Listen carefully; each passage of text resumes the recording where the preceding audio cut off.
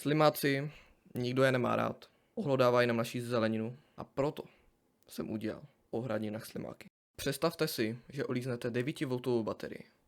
Tak takhle nějak se cítí slimák, když se dotkne ohradníku. Jste slimák, chcete se najíst a proto se vydáte k nejbližšímu záhonu. Jenže nevíte, že tam číhá nebezpečí ohradníku.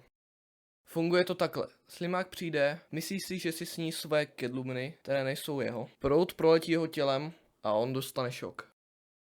Ohradník je napájený solární energií. Panel nabíjí baterii a baterie je připojena na ohradník. Jinak tohle není moje první verze. První verze měla místo měděných drátů měděné pásky. Ty se přetrhávaly, takže jsem to upravil, jak je to dneska.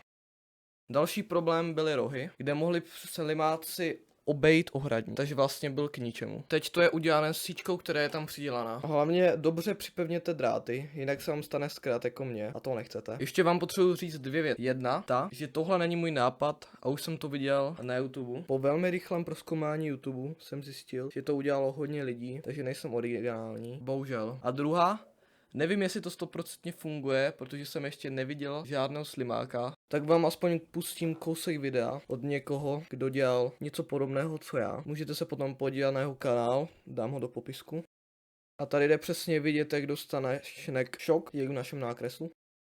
Ještě vám ukážu řetkvičky, když vyrostou a necháte, aby si dělali semínka. Můžete se potom pravděpodobně těšit, kdy budu křížit černé řetkve s červenýma řetkvičkama, které jsou na tom klipu. Ale to bude ještě trvat, protože je to zdlouhavý proces, takže určitě ne v tomto roce, ale když tak v příštím, anebo v popříštím.